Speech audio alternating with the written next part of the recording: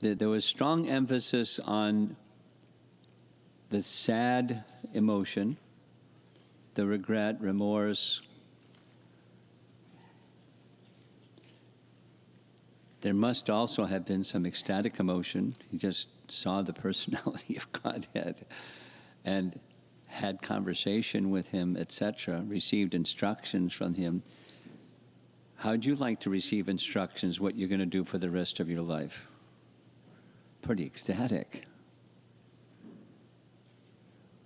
But the emphasis was not on the ecstatic part, it was on the sad part. Can you turn this? There's an on-off switch right there. Okay.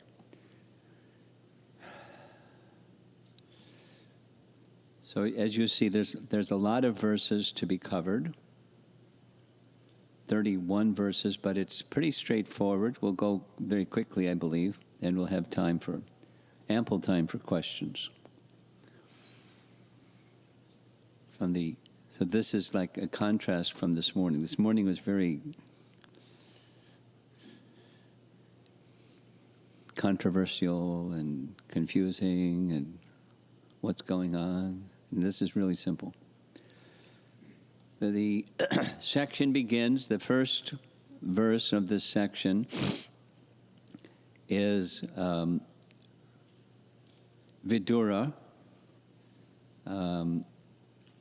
speaking to Maitreya, and Vidura is appreciating Maitreya's position as being beyond duality, beyond attraction for temporary, beyond material existence. He's a topmost devotee.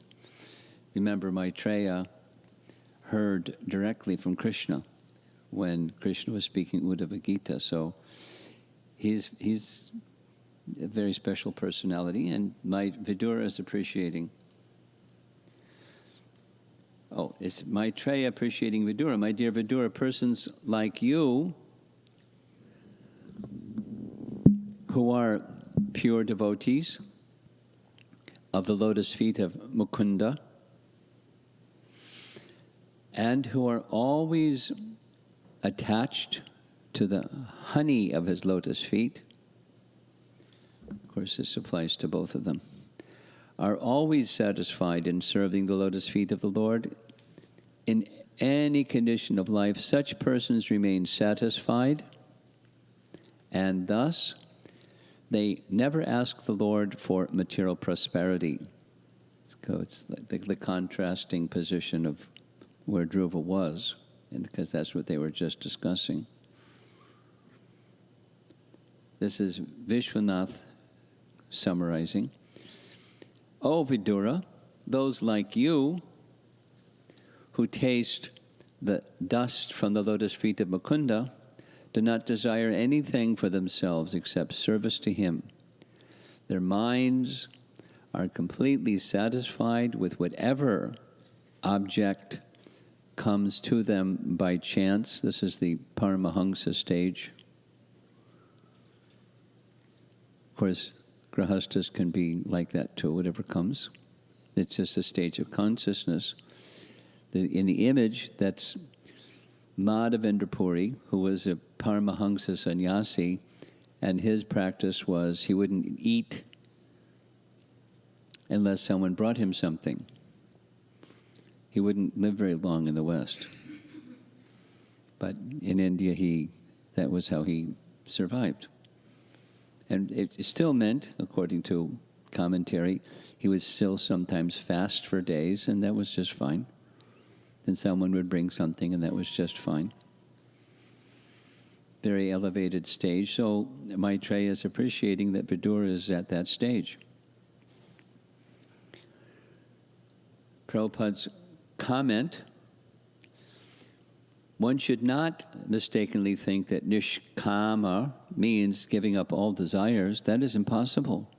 A living entity is eternally existent, and he cannot give up desires. The logic of that is, if you give up desires, you give up existence. But we are eternally existent, so you can't give up desires.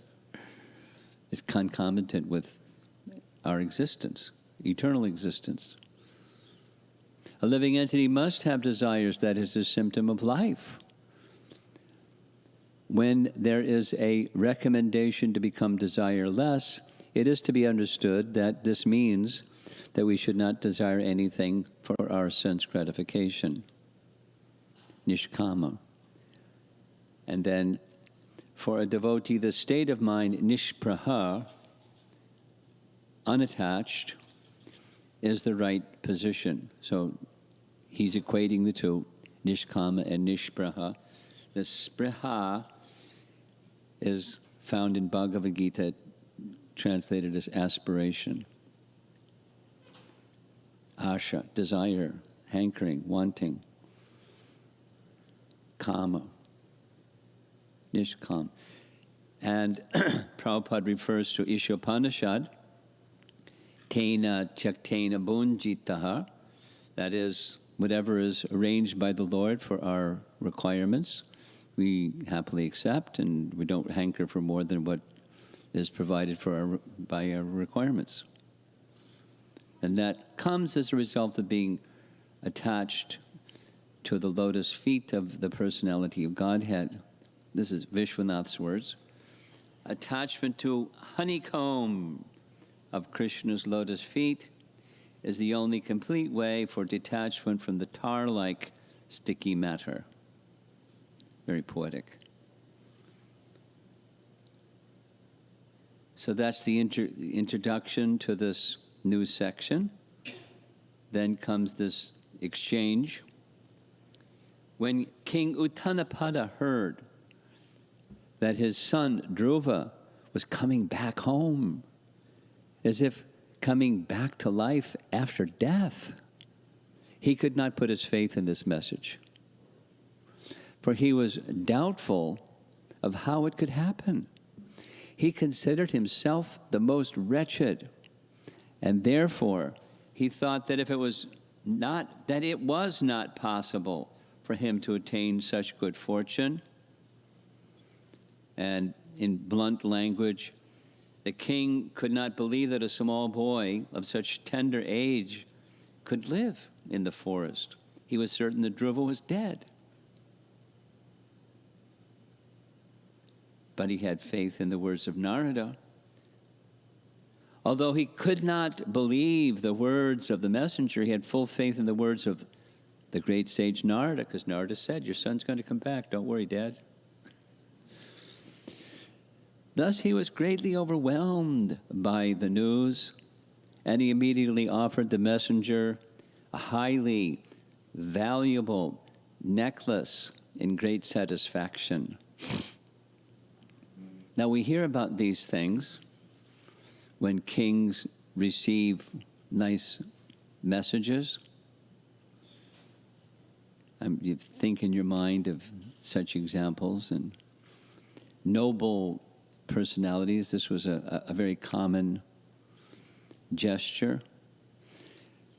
Someone was giving some feedback on our visit to South India, the Aranyakanda and Kishkindakanda, and so many cultural items, of course it's there in the Bhagavatam as well, are indicated. It's just kind of embedded in the narration, and it's educational for at least, for persons like me that was born in America and don't know anything about culture. So it's lessons. So it's a gesture. When someone brings good news, it's just a cultural. When you receive a guest, and so many things. So when you receive good news, some gesture. And it doesn't have to be something valuable. Certainly some nice words, but some gift. It's just a culturally appropriate way of life. We also hear the opposite. That is, it's not a good idea to be a bearer of bad news. That's a Chanakya Pandit one. And some nice example, when Vidura goes back to Hastinapur, he doesn't mention what he knows. The whole of the Yadu dynasty has departed and Krishna has departed. He didn't say.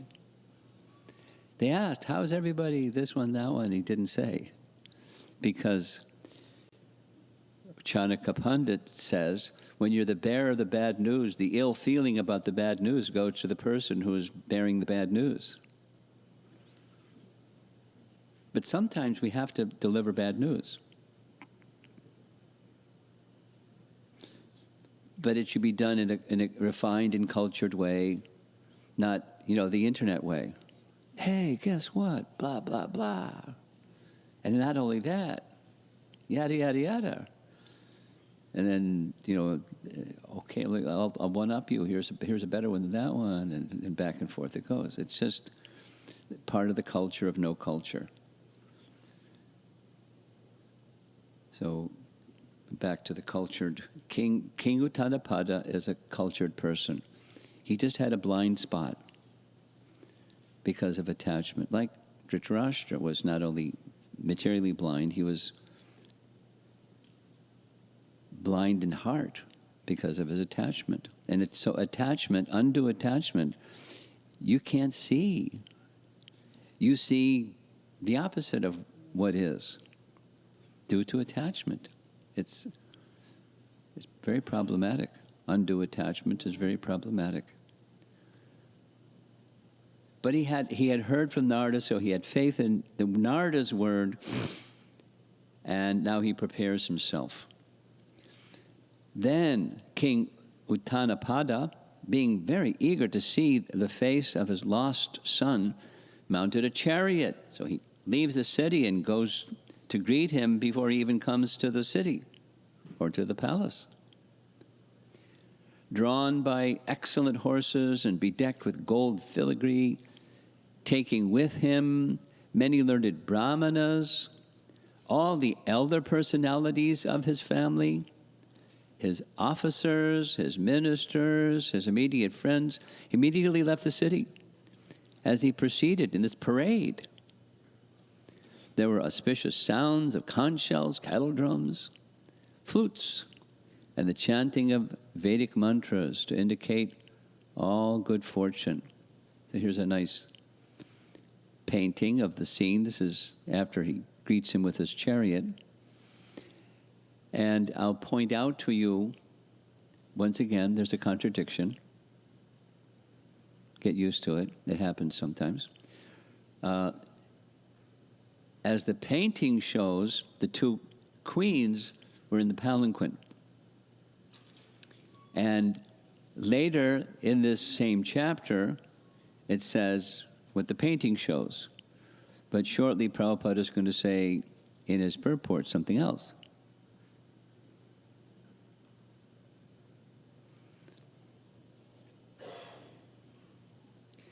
Both the queens of the king Uttanapada, namely Suniti and Suruchi, along with her other son Uttanapada, appeared in the procession. The queens were seated on a palanquin. And then the purport says, Suniti, out of her great compassion and due to being the mother of a great Vaishnava, did not hesitate to take the other wife, Suruchi, and her son, Uttama, on the same palanquin.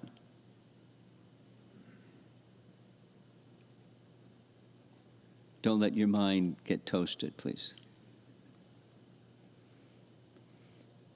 So now, this is a scripture quiz question.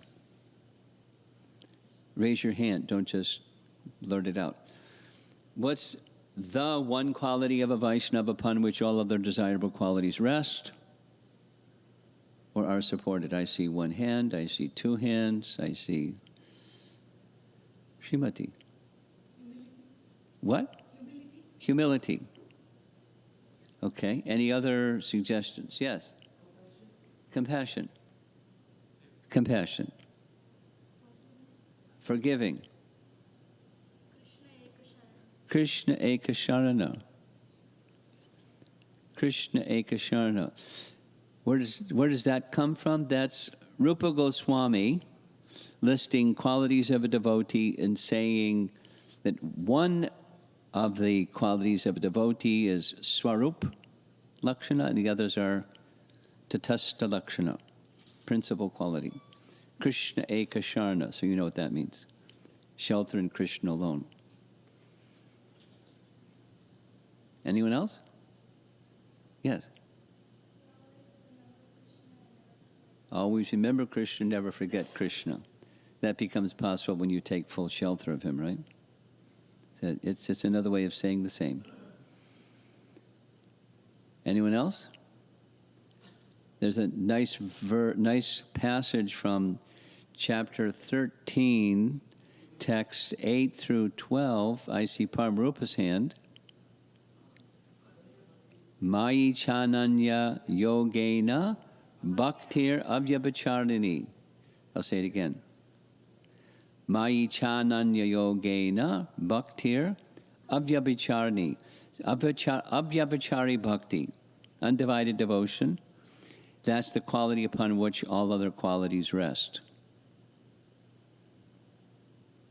And then immediately after that says, how does that become accessed? How has that become accessed? That's Rupa Goswami's term. In Bhagavad Gita, Acharya Upasana, worship of the spiritual master.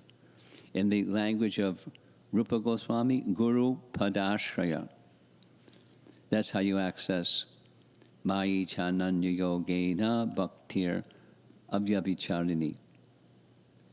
So that's the one quality. So now, raise your hand, please. Don't just say. Some of Suniti's good qualities resting upon this one good quality. Faith in Krishna. Boy, did she have faith in Krishna. We're going to hear some more about that this morning. Good qualities. What's that? Humility. Yes. Forgiveness. Empathy. Fantastic. I couldn't hear you. Austerity. Wow, that's a mother's appreciation. Good for you. Yes. Yes. Yes. Yes. Yes.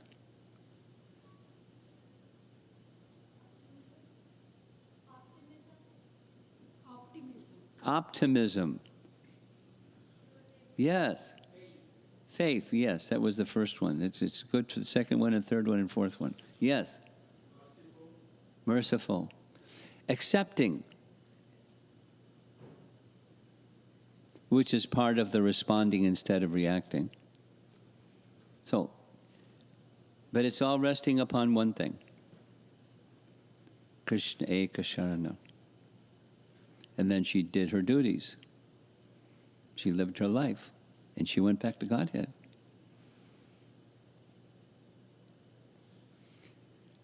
Upon seeing Dhruva Maharaj approaching the neighboring small forest, so he's outside the palace, out in the forest, some path out there, King Uttanapada, with great haste, got down from his chariot. He had been very anxious for a long time to see his son Dhruva.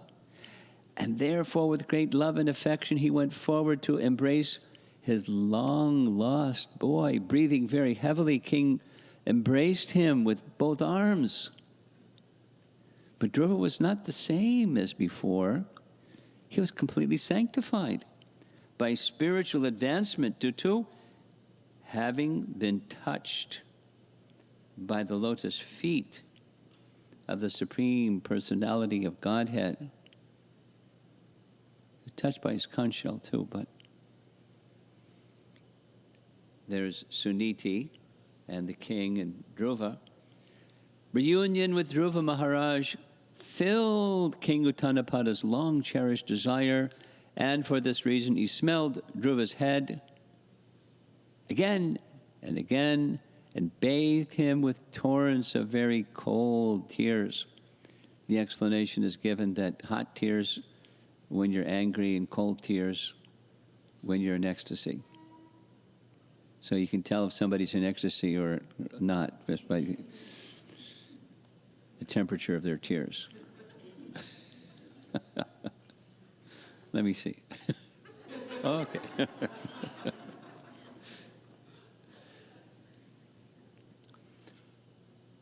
Then, Dhruva Maharaj, the foremost of nobles, first of all offered his obeisances at the feet of his father and was honored by his father with various questions. Then he bowed his head at the feet of his two mothers. Remember what his feelings were before towards one of those two. But he was past resentment. It's gone. Gone. Completely gone? Possible? Some of you may have some resentment towards somebody for something.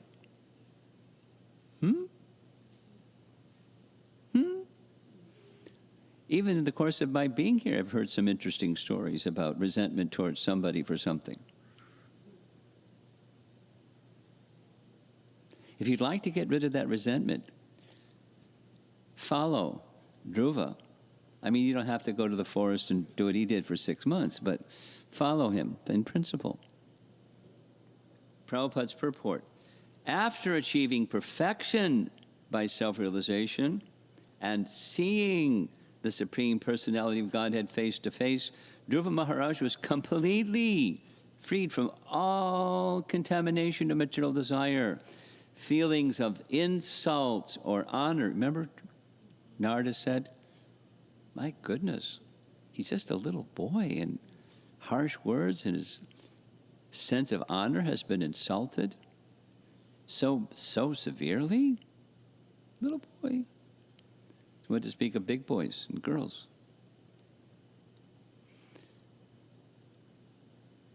Bhakti can dissolve all of that.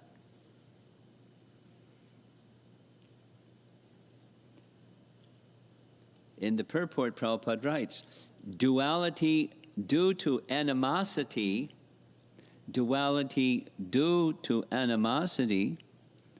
right? Dvanvamohena bharata, raga devesha samutena, dvanvamohena bharata. So that animosity towards another, guess what? Behind that other is Krishna.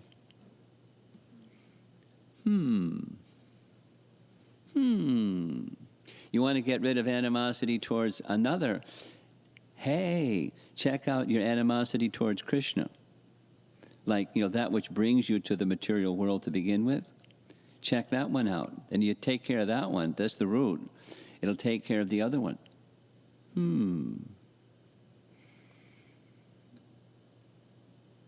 This is the creation of the material world. There is no such thing in the spiritual world, which is the absolute reality. So there's little, you have to watch. Over on the love side, love towards some people, hate towards other people. And friends and enemies, another way of saying the same thing. And our scriptures advise us, don't go there. The friends-enemy program.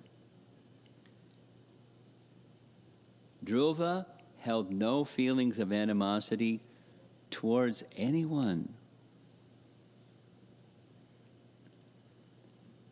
Purport says, feelings of insult or honor in this material world are due to material desire. Again, some person shared with me, the hurt they felt, or the insult, and the wrong dealing, and the mistreatment, and, the things that are part of this world. It's not that, look at the image. What Suruchi did was hurtful. Her words, her body language, her whole thing was hurtful. But it's the material desire, the feelings of feeling insulted. That's another thing. Feelings of insult or honor in this material world are due to material desire. The behavior, let's say it again, the behavior was insulting, the behavior was hurtful, nasty, so nasty, very nasty. So the behavior's not okay, but what about your feelings? Well, it's due to a material desire, our material desire. Now, we can't change somebody else's material desire. We can deal with ours. And where does that material desire arise from? Forgetfulness of who we really are. Solution: remember who you really are. I've told this story maybe 20 times. I'll tell it for 21st time.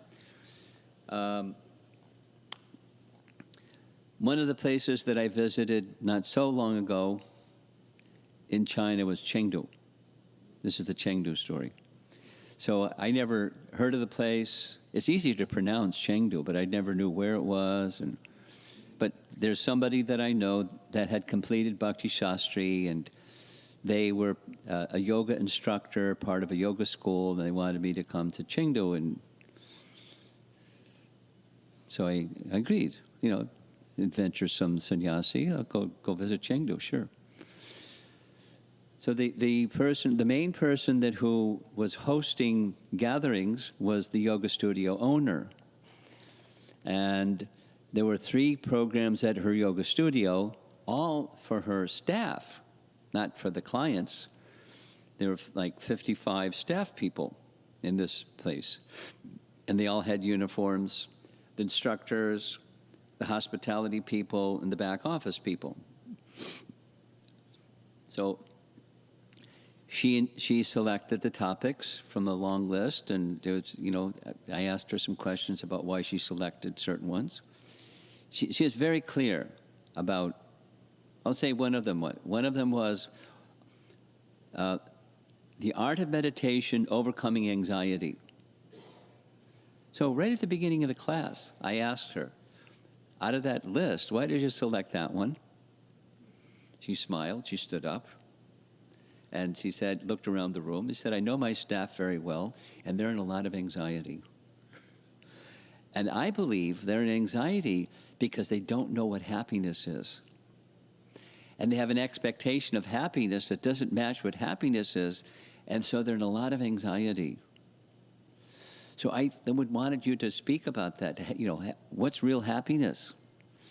To overcome unnecessary anxiety when you have an artificial sense of what happiness is, and it doesn't happen. You think there's something wrong with you or something like that. So, this lady's clear. She knows her staff. It turns out she doesn't know what happiness is either. I found that out later. So later, after those 3 classes, she wanted some discussion time. There's a translator, her yoga instructor that has completed Bhakti Shastri, the lady in her early 40s, mid 40s, something like that, mature. So what would you like to discuss? So she launched right away. It's very clear. Since the time I was a little girl, I had this intuitive sense, there's a mission in my life, and I want to know what that is and connect with it. And she didn't pause, she just kept going. So a lot of people advised me, do well in school. So I took that on board. I did really well in school. And after some time, I realized that's not my mission in life, doing well in school. So I started asking, what's my mission in life? And some people said, well, it's not just doing well in school. You got to make a lot of money. So I took that on board, and I made a lot of money and doing a lot of different things. And then I realized That's not my mission in life, is making a lot of money.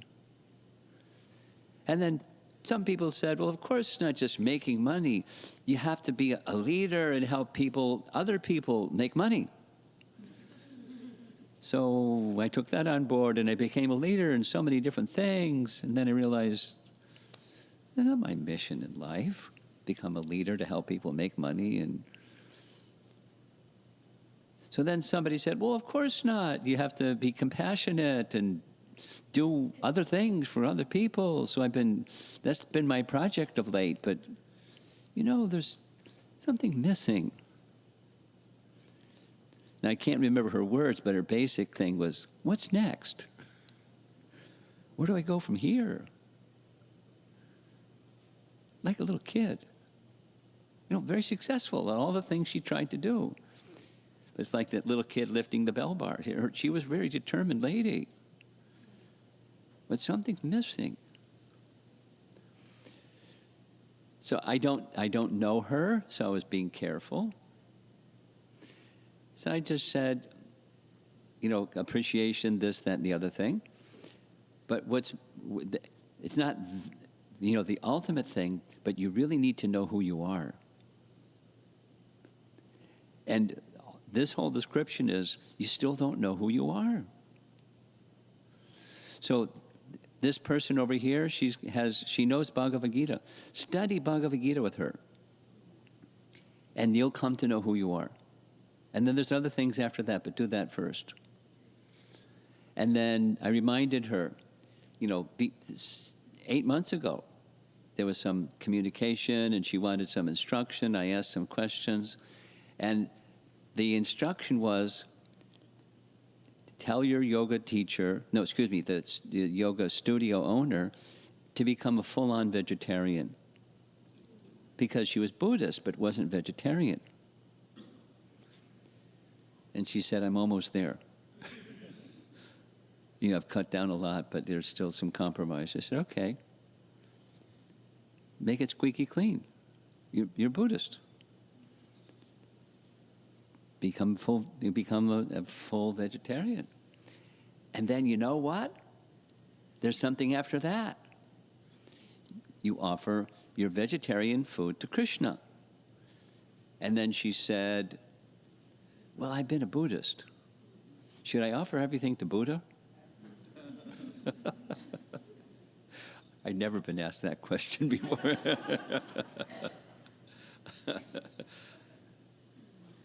I can't even remember what my answer was. But she's now offering her food to Krishna. Little by little. But, but I've sent a couple reminders. How's it going with your study of Bhagavad Gita? I didn't say, do you know who you are yet? But that's really what the question is. How's your study of Bhagavad Gita? She said, I've been really busy with business. Okay. I look forward to visiting you in the future. She knows what's coming.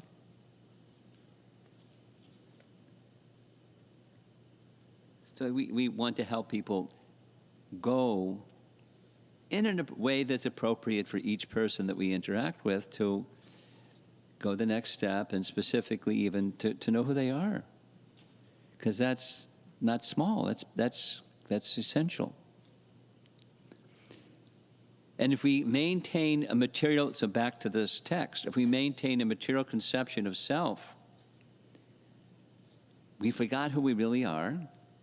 And when we forget who we really are, we get caught in this duality thing. Friend and enemy, honor, dishonor, the duality program. And it's bumpy. It's really unpleasant.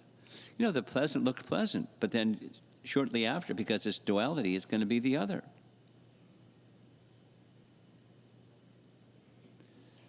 It's supposed to snow tomorrow morning. Now, I did some checking because somebody said, uh-oh, maybe we should cancel tomorrow because it's going to snow tomorrow. But it's like light snow, and then it gets warm, and it gets to be rain. So what are you going to do? It's going to snow, and then it's going to rain. If the forecasting people got it right. So that's duality, sometimes and sometimes. That's the acceptance. Now what are we going to do? Well, we're going to go on with our program, and in the rain, carry an umbrella if it's raining when you walk from your car to the temple. You don't have to. You can. But you make some arrangement, whatever you're going to do, because you know what's out ahead of you. So what's out ahead of us is more duality. It's not like when you become a devotee, duality stops. No one will ever say anything harsh to you ever again because you're a Hare Krishna devotee. That's not what's going to happen. Or no one will be kind to you for no good reason, just because they're being kind to you for no good reason, apparently. And it's just part of the world. Honor, dishonor, pleasure, pain, happiness and distress, cold and hot, and light and dark, and this and that. It's just the place. Don't get into the friend, and it's just repeating because it's repeated so many times. Friend-enemy program, don't do it. If you don't see friend-enemy, what do you see? You see spirit soul. There's a spirit soul, just like me, part and parcel of the Supreme Spirit who I'm trying to get close to. So let me accept them as spirit soul. You don't have to like the behavior. Look at the picture. The behavior is not nice. We don't have to like that behavior. But he has overlooked the behavior and is seeing the spirit soul. And now we're going to hear something more. Her heart has changed also towards him. So here's his mother saying to Dhruva, "My dear boy, may you live long.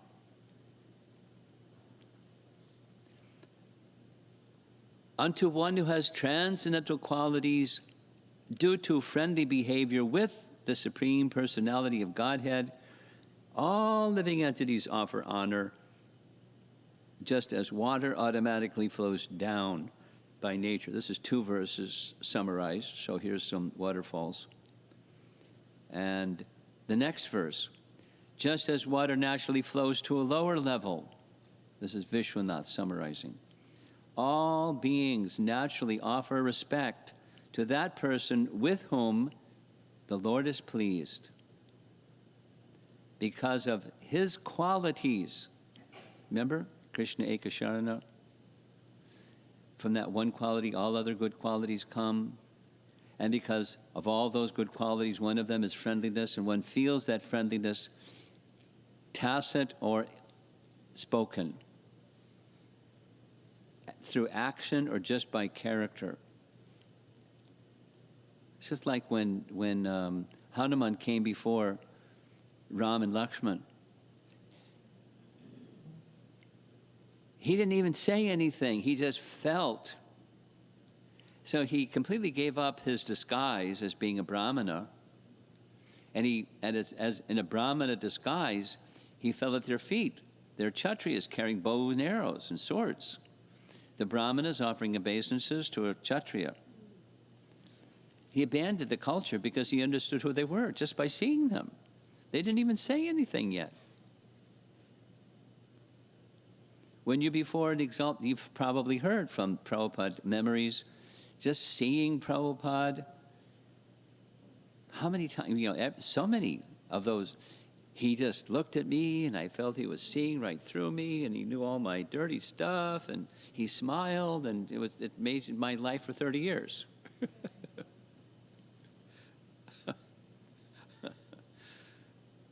Powerful. So Dhruva was powerful. It wasn't the same. It wasn't the same. Just like when Vidura came back after his pilgrimage. It wasn't the same. It was Vidura, but it wasn't the same Vidura. And that same Vidura that wasn't the same Vidura was able to persuade his elder brother to change his ways. Although he tried and tried and tried and tried, and he gave up trying. He left for purification. And he came back purified, and now it was a whole other story. We hear the same being spoken of about the 6 Goswamis. Dira, dira, jana, priya, priya karo, nirmatsaro pujito. The Goswamis were equally dear to the Dhira and the Adhira. This is Prabhupada's, and demons.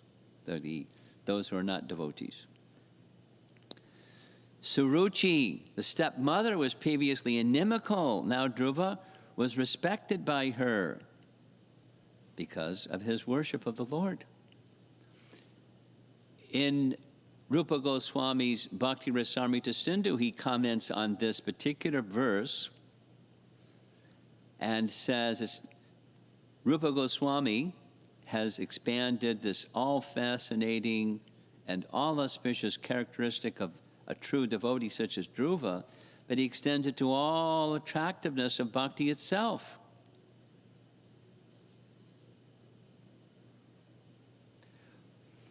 If some honor comes to a devotee that's got their light on, does understand it's not me, it's the mercy that has come to me. It's my spiritual master and the bhakti process.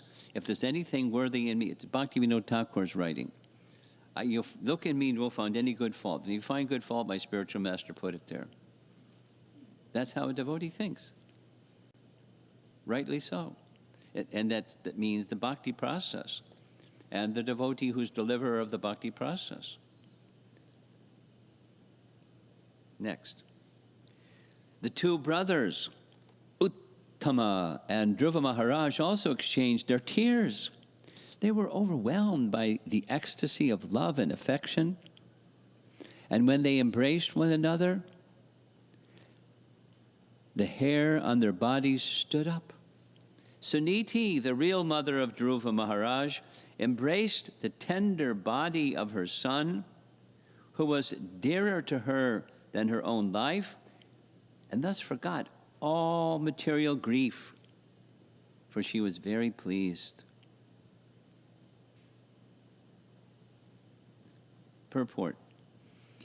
It is also significant in this verse that Suniti, mother of Dhruva Maharaj, is described as Vira Su, a mother who produced a great hero. A devotee also is a great hero because he conquers the influence of Maya. Just a little sharing in the Chicago temple, they have every month, they take a different personality and ask the speaker at the Sunday program to speak about that personality in terms of their becoming a hero. Become a hero, that's the slogan for the Sunday program for a month, for a whole year. And then this person, that person, the other person. And no one gets tired of it. And how do you become a hero? Take shelter of Krishna. Mami viye prapadyante. So now, almost to the conclusion of this session, the citizens are going to receive Dhruva, and it starts with Suniti. They glorify Suniti as she welcomes Dhruva by saying, "The residents of the palace praise the queen. Dear queen, your beloved son was lost a long time ago. And it is your good fortune that he has now come back. It appears, therefore, that your son will be able to protect you for a very long time and will put an end to all your material pangs. Dear queen, you must have worshipped the Supreme Personality of Godhead, who delivers his devotees from the greatest danger. Persons who constantly meditate upon him surpass the course of birth and death. This perfection is very difficult to achieve." Now, this is in the palace, so there are bhakta personalities in the palace. So Dhruva grew up in the palace, so he had heard bhakti messages before he heard from his mother.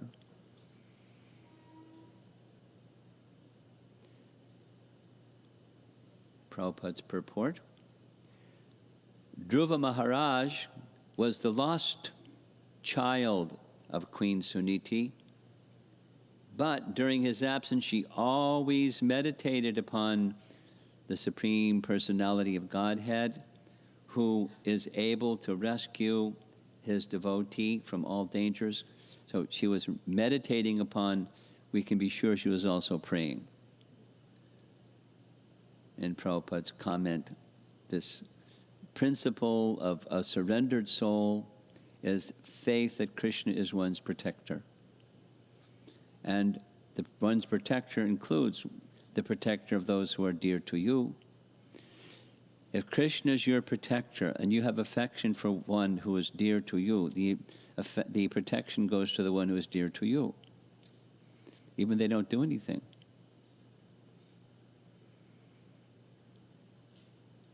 So now we're continuing in this procession back to the palace. My dear Vidura, when everyone was thus praising Dhruva Maharaj, the king was very happy. And he had Dhruva and his brother seated on the back of the she-elephant, which is different than he was in the palanquin. But that's okay. He got back to the palace somehow. Thus he returned to his capital, where he was praised by all classes of men. Now here's the reception. The whole city was decorated with columns of banana trees containing bunches of fruits and flowers. I hope some bananas too. And betel nut trees with leaves and branches were seen here and there. There were also many gates set up, which were structured to give the appearance of sharks. At each and every gate were burning lamps and big water pots decorated with differently colored cloth, strings of pearls, flower garlands, and hanging mango leaves. In the capital city, there were many palaces, city gates, and surrounding walls, which were already very, very beautiful. And on this occasion, all of them were decorated with golden ornaments, the walls. The domes of the city palaces glittered, as did the domes of the beautiful airplanes which hovered over the city. Thus, as Dhruva Maharaj passed on the road, from every place in the neighborhood, all the gentle household ladies assembled to see him. And out of maternal affection, they offered their blessings, showering him with white mustard seed, barley, yogurt, newly grown grass, fruits, and flowers.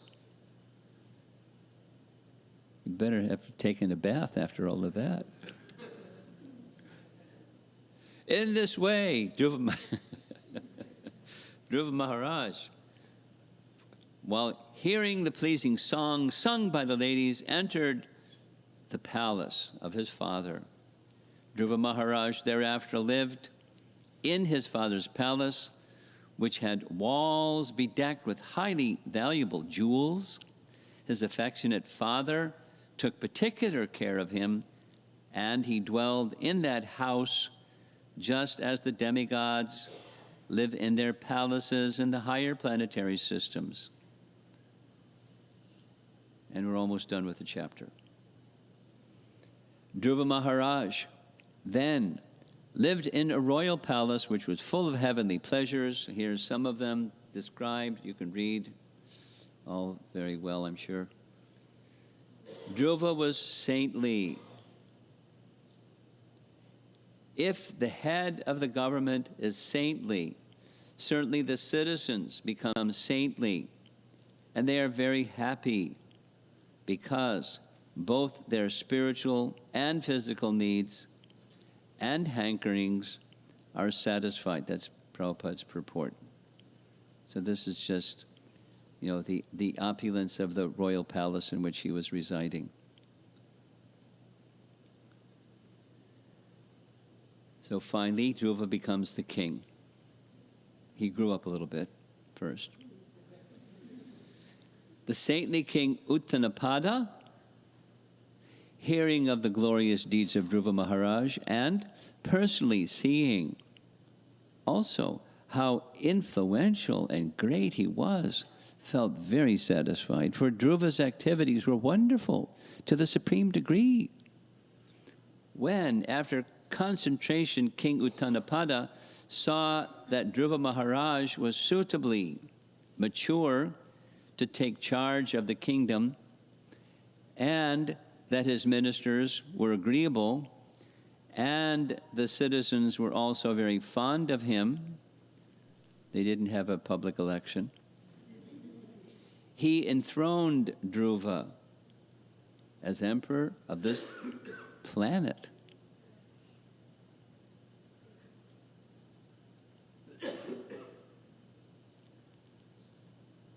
So just one more verse and the chapter's over.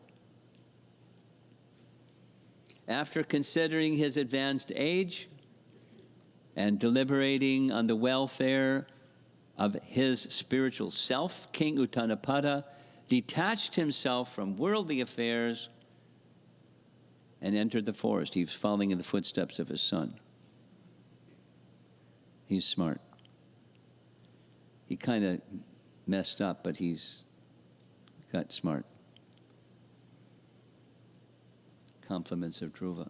So now we're going to do this compare contrast, and this is our final message. Before leaving home or upon leaving home, he felt anger upon being insulted. He felt resentment while contemplating that insult. That resentment turned to revenge.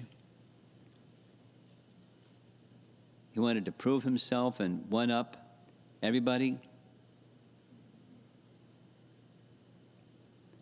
And then something happened. Narada came along, Vishnu came along with a big assist from his mother, and he went to another place. Now he's coming back home. Resentment, gone. Respect towards those who he felt resentment towards, gone. Detachment, fully awakened. He has all this opulence and he wasn't distracted at all. And he now accepted the responsibility that was asked of him by Lord Vishnu. It's a long time ruling a kingdom for 36,000 years. Sure, it wasn't easy. So, last image, how about y'all? You ready to let go of your resentments?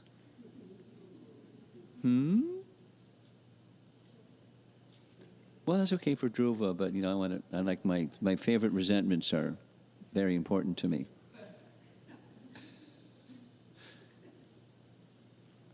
What will I do without my resentments?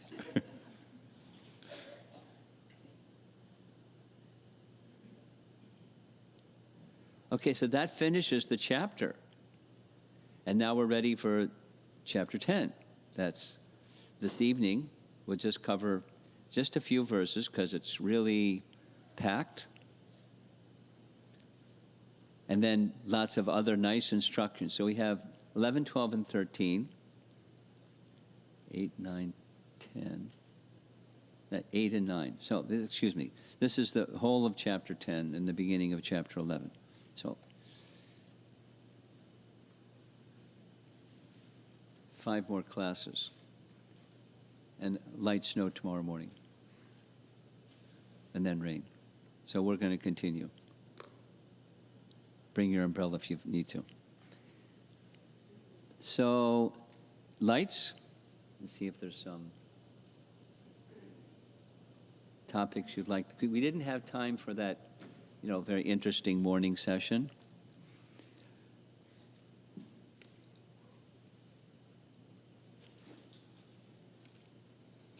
Yeah. I saw one hand up over here first. But okay, you have to wait because the microphone didn't come yet. Go ahead. I've been thinking about this phrase you used, victim becomes a perpetrator. And my understanding of it is if I was, say, if I have been through situations where I was put down by people, then I have a tendency to put people down when I find situations like that. Is that a correct understanding? The victim becomes the perpetrator. Yes. Yeah, that's the standard MO in the material world. And so the devotee is advised, don't become the perpetrator after having been a victim. You can make other choices, but that's not a good choice. You don't have to do that. You have options. Is that okay? That answer your question? Yeah. Okay.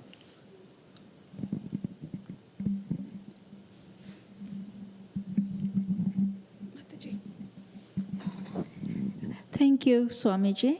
I have a question that in this case, Dhruva came back successful. He went for an aim to see Godhead. He achieved it, and he was welcomed happily. What if in case he had not got successful? In the real world, sometimes people don't get successful. Would he have been That's a nice question. Take the microphone from her. You keep going with full faith. I'll give an example. Our founder, Acharya Srila Prabhupada, came to America with Mission Impossible. And there was no success, and there was no success, and there was no success, and there was no success, and there was no success. And he felt himself successful because he was carrying out the instruction of his spiritual master.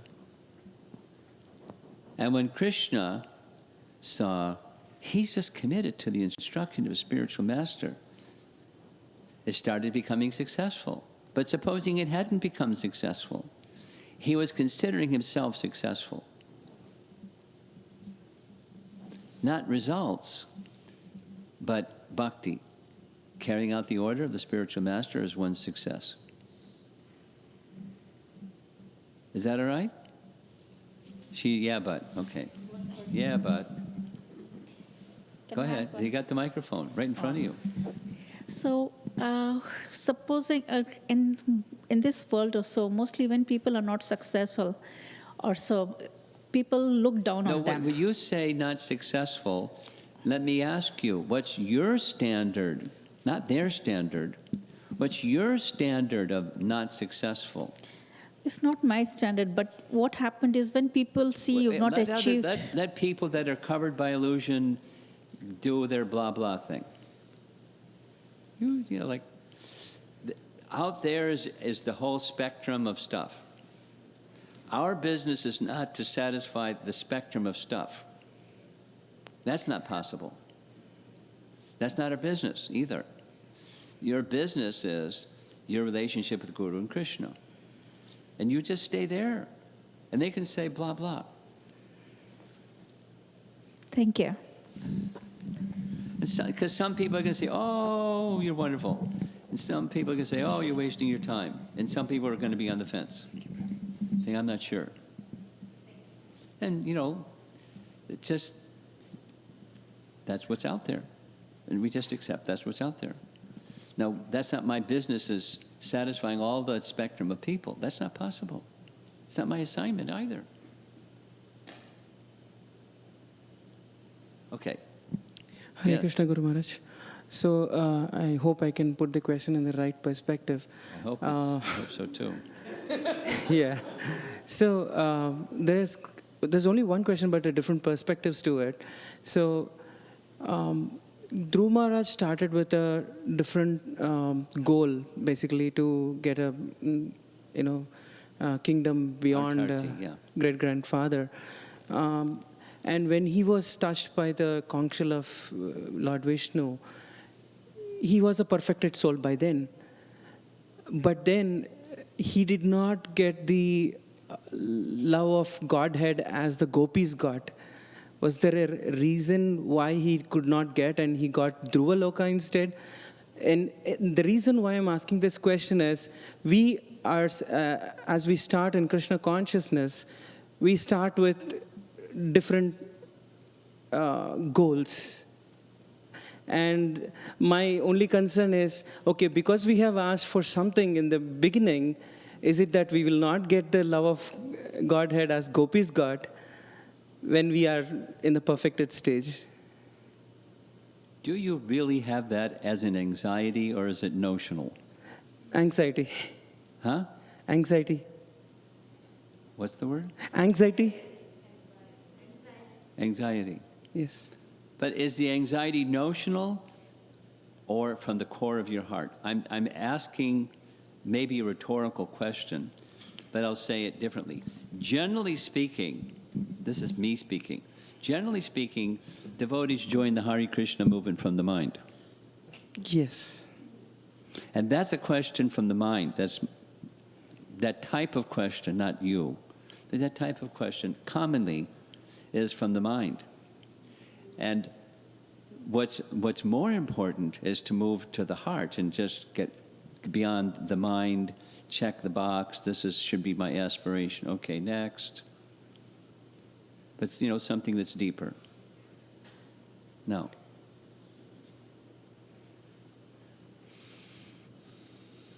One who, keeping it really simple, one who is a follower, just be a strict follower of Rupa Goswami and you'll get there. Because Lord Chaitanya came to give Braja Prem. And Rupa Goswami is the representative of Lord Chaitanya giving Braja Prem. So just follow Rupa Goswami and you'll get Braja Prem.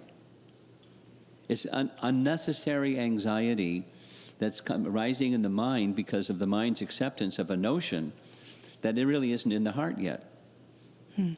That's my assessment. So just follow Rupa Goswami. And the results are up to Krishna. He'll take you wherever he wants to take you. But Lord Chaitanya wants to take you to Braja Prem. But we'll go wherever he wants us to go. If we're there, if that's what our position of heart is, it's like Gopal Kumar. He's, went to all other kinds of places. It just wasn't the same. Because the Adhikar was, in his case, he was born in Braja. But his guru was the personality of Godhead, the external manifestation of the personality of Godhead. And that love, the Madan Gopal mantra, was Krishna in Vrindavan, and he got there.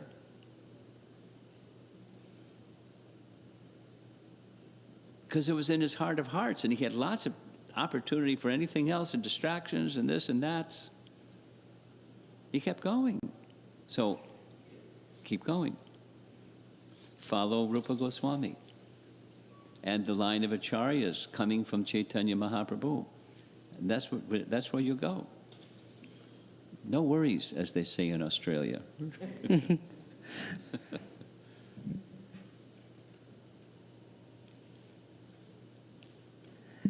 So if I can add one more, Maharaj. Is it the same topic with different words? Same topic, but a different perspective. Okay. So, more like the concern was with the impure heart. But What are the doesn't choices matter. we are making? Doesn't matter. Are we making the right choices? Doesn't matter. You just connect, and whatever your impure desires are, connect. It doesn't mean just take it easy, Haribol, but the main attention goes to the connect. The submission in love and devotion to Lord Chaitanya Mahaprabhu and his disciplic succession. Connect. There's our founder Acharya. Just read his books and you'll get there. Whatever your contaminations might be and impure stuff, the power is there. Stick your fingers in an electric outlet, what happens?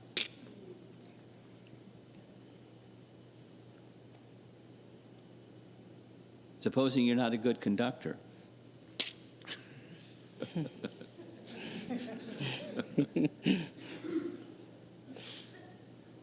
Sure, Maharaj. It's principle. And follow it. Masuchaha.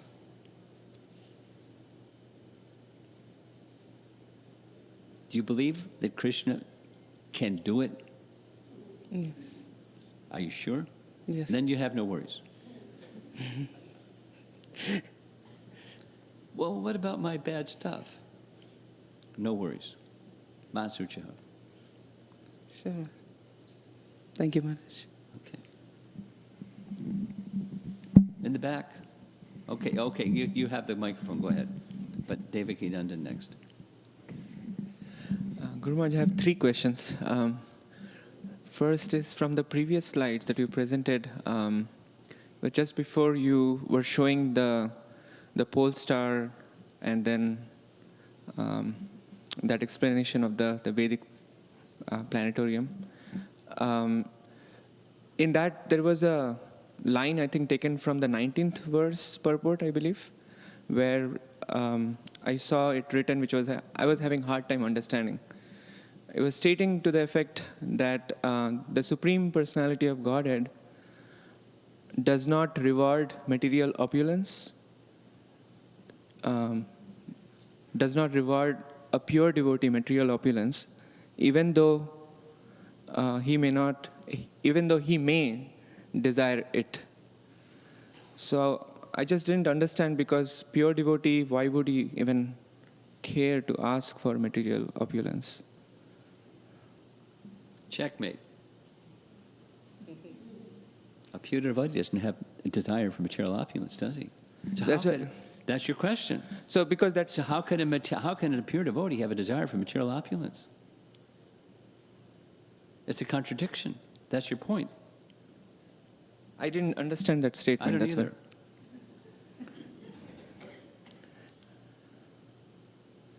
Right. Next question. Okay. I'd have to go look at the commentary and see the context to answer your question properly. Okay. Second question is... Let's do this. Let's go back, a couple of days or a couple of sessions, and this description that Jiva Goswami gives, that only to those who are very intelligent will the Lord give opulence, like kingdom and wealth, because they won't become fallen having kingdom and wealth. Now, in Dhruva's case, it was mixed devotion. He had material desire. And look around or look inside. Is there any material desire inside? Or, those near and dear to you, your family members and those who you associate with in your devotional service. Any material desires inside? So they're not at pure devotion. Then comes this question of what's pure devotion? Let's look at Rupa Goswami's definition of pure devotion. It includes sadhana bhakti, if the aspiration is to come to Shuddha bhakti. That's pure devotion. That's bhaktir uttama, even in the sadhana stage. And Krishna doesn't award to such a devotee, one who's on the path of pure devotion, who's also, in one sense, a pure devotee, because they're cultivating.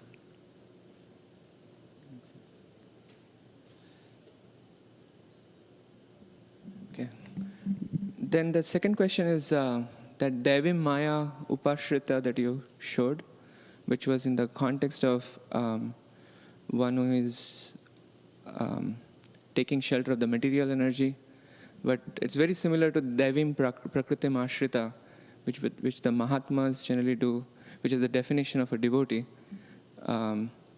So Devi Maya is somehow in that case representing the material energy of Krishna as opposed to the internal energy. I'm just clarifying because... It sounds right. I don't recall the context, but what you're saying sounds right. Is that okay? Okay. So, You're just seeking verification. Have I understood properly? Sounds like it. I don't recall the context. okay. The third question is, in the case of Suruchi, who was destined to get that devoured by the forest fire, very really ill-fated situation, and you explained how, because of having committed offense to, Prabhupada explained. Yeah. so now in the end, she was regretting, and she was really. It seemed she like was the excused. relationship restored, She was regretting and she was excused. but then the fate did not change. Yeah, well, you know, a devotee may forgive, but Krishna may not. It's up to Krishna. Between her and Dhruva, he is fine. Between her and Krishna, maybe not fine.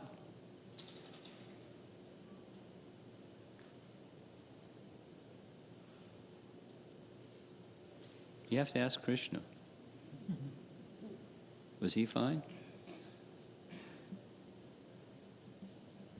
Okay. Doesn't look like it. Okay. Thank you. Could we go in the back? Devaki, Nandan, all the way.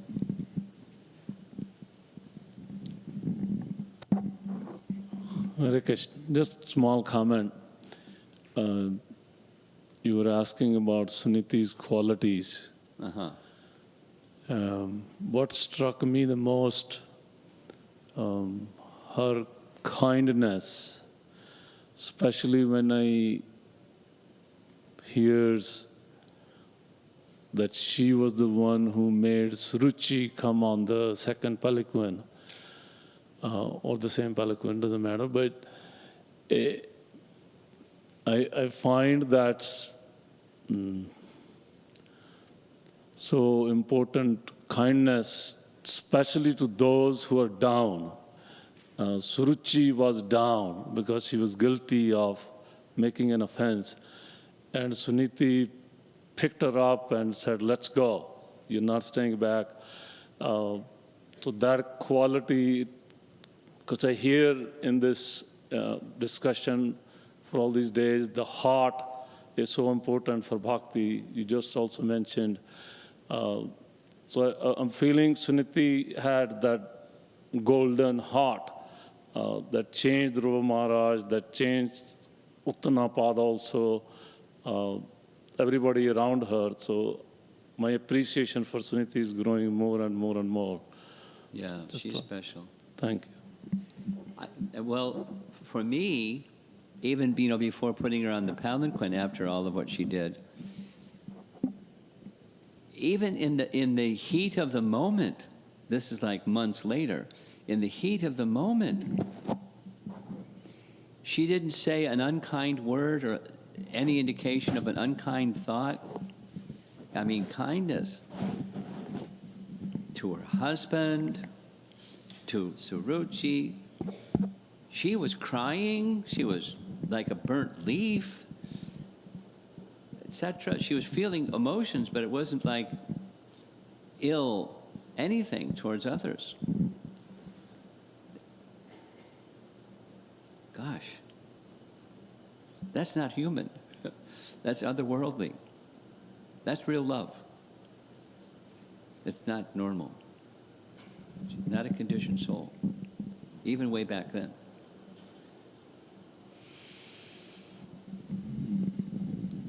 So Madhupati in the back.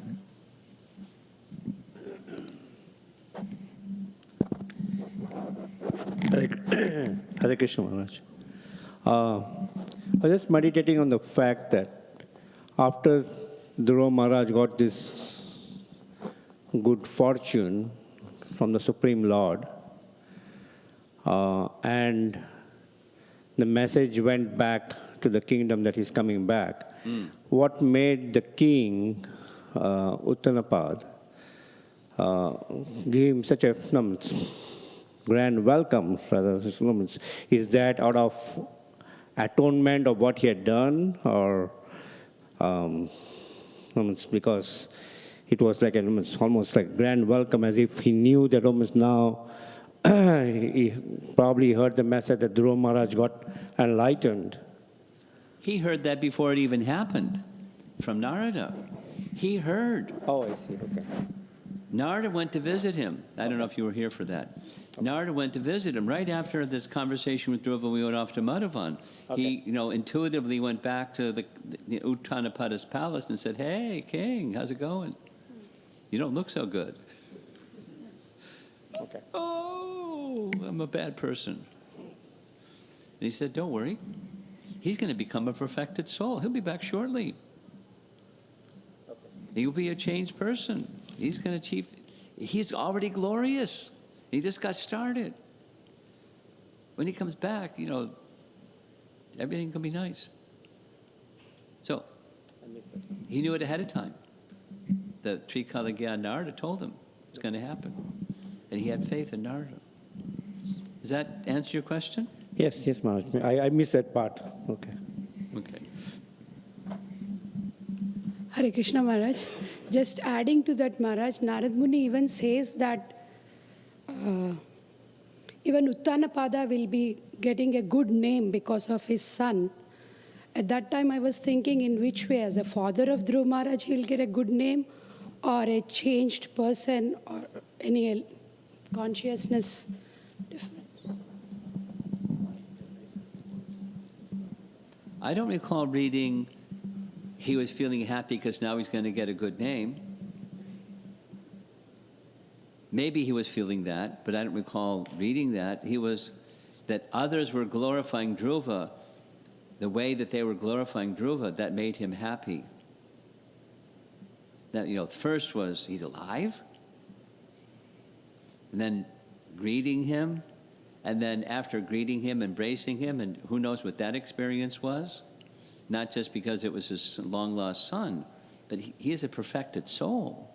And embracing a perfected soul in that affection of father to son. So he must have been transformed just by that, just by the touch of a pure devotee. So I don't know if he was feeling name and fame is now coming to me because my son is great. I don't know if that was what's going on with him. My question was, Maharaj, how did Narada say that you are going to get good name? Was it because of Dhruva being his son, or in that way I was asking? Well, yes. And from that, concentric circles expand out. Mm. Just like us. Being connected to our founder, Acharya Srila Prabhupada, good fortune comes to us just because of that. Now, that means then we have a responsibility to live up to that expectation. And some do, and some don't, and some in between. But, that honor just because of that connection to whatever degree, and then in different degrees. Mm. Okay, up front.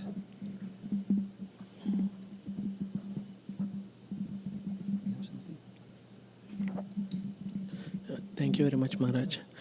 My question is when Lord Vishnu is informing that about the future of Surichi, like his stepmother and his brother. So at that time, Dhruva Maharaj is already a transformed person. He's already a what? A transformed person at his heart. Transformed, yeah. Yeah. So, he has a choice to request Lord Vishnu to forgive them, but why he choose to be silent and...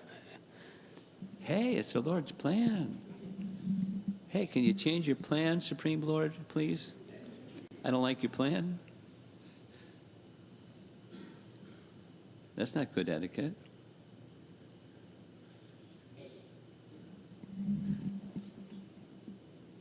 Way in the back. One more question, bro. Okay. You were mentioning that Svetadvip is in the Milk Ocean. Is in the Milk Ocean. Milk Ocean. And at that same time, there are some explanations are there. Svatadvip is synonymous to Dhruvaloka. So the milk ocean is, because I read like the milk ocean is in the Bhumandala platform, but so is there another milk ocean where Lord Vishnu resides? Yes, those are two milk oceans, not the same. Like the churning of the milk ocean, that's not the Svetadvip milk ocean. It's the one in Bhumandala. Okay. Clear? Sure, Maharaj. Thank you, Maharaj. Okay.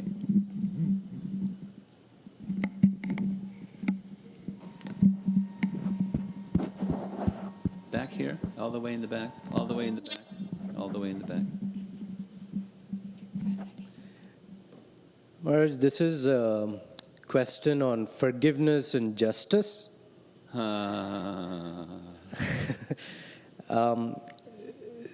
So it also relates to this topic of victim and perpetrator. Yeah. So in the context of Krishna consciousness, who holds the responsibility for what? So is the devotee, the practicing devotee, should always be disposed toward forgiveness versus, hey, I need justice because I've been hurt, and then the leaders or the caretakers, do they hold the responsibility for justice as an instrument of the Lord? So what should be the disposition of the devotee? Because sometimes we may not be ready to forgive, and we are looking for justice, and justice may not come, at least in the way that we want. Well, that last phrase at the end is a very operative phrase. No, justice is a very complicated or subtle, let's say, topic.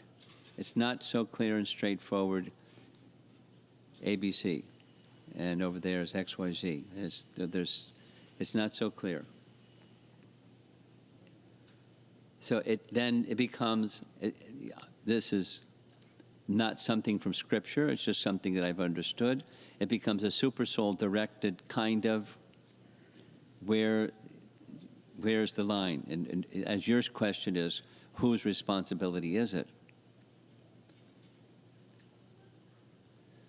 So if somebody finds himself, you or anybody else, finds himself, as you described, not so inclined for forgiveness and seeking instead justice, then, tune into Super Soul channel. And what does Krishna want? And then the person in whose hand is the sword of chastisement, or the rod of chastisement, better, where does justice lie? They have to turn into Super Soul. Because it's easy to whack. But is that what, what is appropriate justice-wise? It's not easy. The Super Soul question is not easy. It's not always this or always that. It's subtle and not so clear.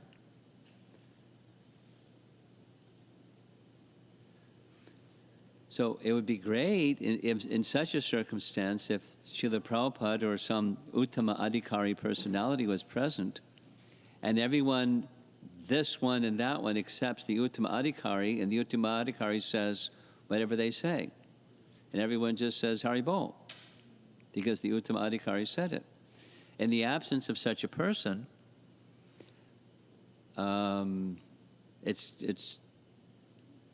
there's going to be differences of view on that question you just asked. Not just, the one who's on the receiving end of injustice and the one who's the giver of that unjust act. There's all kinds of other people on the sidelines. I mean, a nice example is Shakshi Gopal and the people in the village. You know, in Amala Bhakta's narration, he has this soundtrack in the background. Everyone's going, what's going on? What's going on? Hey, what's going on? You know, the internet, what's going on? Or in the community, what's going on? And some that just say, what's going on? They say, you know, he's at fault or he's at fault. And someone leans this way, you know, it's like politics. It's like, you know, this thing that's going on in the government now. Some people say and some people say. And who's to say? You know, somebody that's connected to Supersoul is to say. And who's that? So where's justice and where's forgiveness? It's not easy.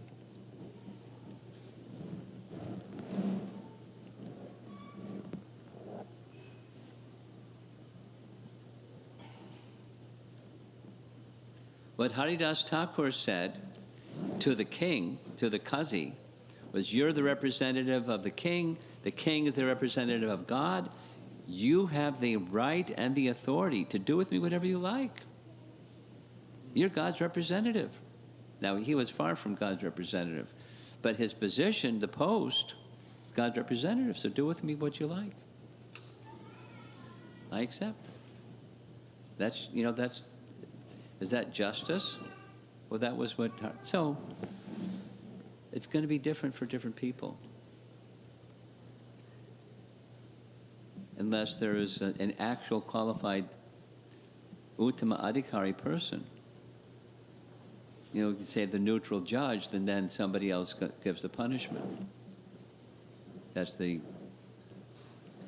modern system, the democratic system, the judicial department and the rod of chastisement department, executive department. Looks like the kids are ready.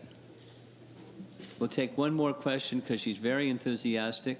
Two more questions. Well, very enthusiastic. And then we're done. Hare Krishna Maharaj. Go ahead, I'm listening. Okay. Maharaj, just correct me if I'm going wrong in the question. As I hear the initial part of Dhruva Maharaj, resentment and that turning into kind of revenge, isn't there a subtle form of envy somewhere involved in that? Oh, yeah. But then, you know, when Krishna and envy is two things which never go together, then how this, you know, Krishna appearing before him, he getting pure devotion He got freed from it. That's how.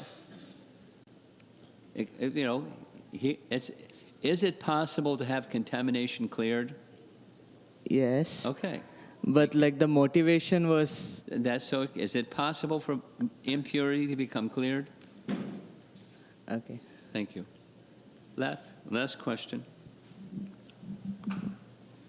And then comes the drama. Go ahead. Sorry. My question is, you know, the king, they didn't mention anything. He did quite a lot of things, like he was unfair to his kid, to his queen. Did he get punished like his other queen? I don't know. There's no mention one way or the other. He suffered a lot. But was there further consequence? There's no mention. I was wondering, are mean people happy? People that do nasty things? People that do nasty things, are they happy? Oh, no, of course not. Who can be happy doing nasty things? Okay. Thank you very much. They're suffering. That's why they do the nasty things. Okay. It's part of their nasty suffering. Okay, so Thanks. who's in charge of the drama? Who gets the microphone? Shrutika. I think they want us to turn and watch the stage. Hare Krishna, everyone. We will now have a drama on Prince Dhruva, titled The Prince and the Pole Star. So if you could give us a couple of minutes so that the kids can come up to the stage. Thank you. Hare Krishna.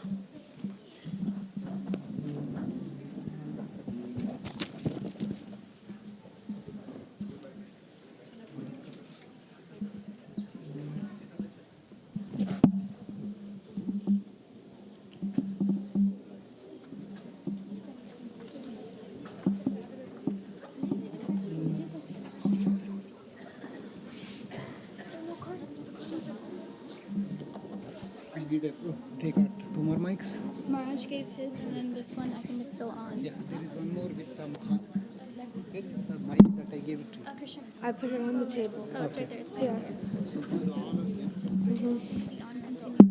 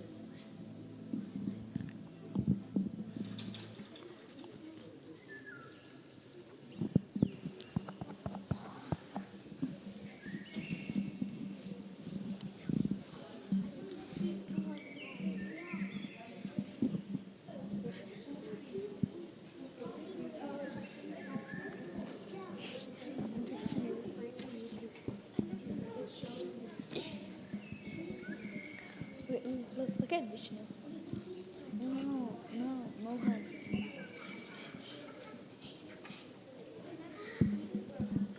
Vishnu.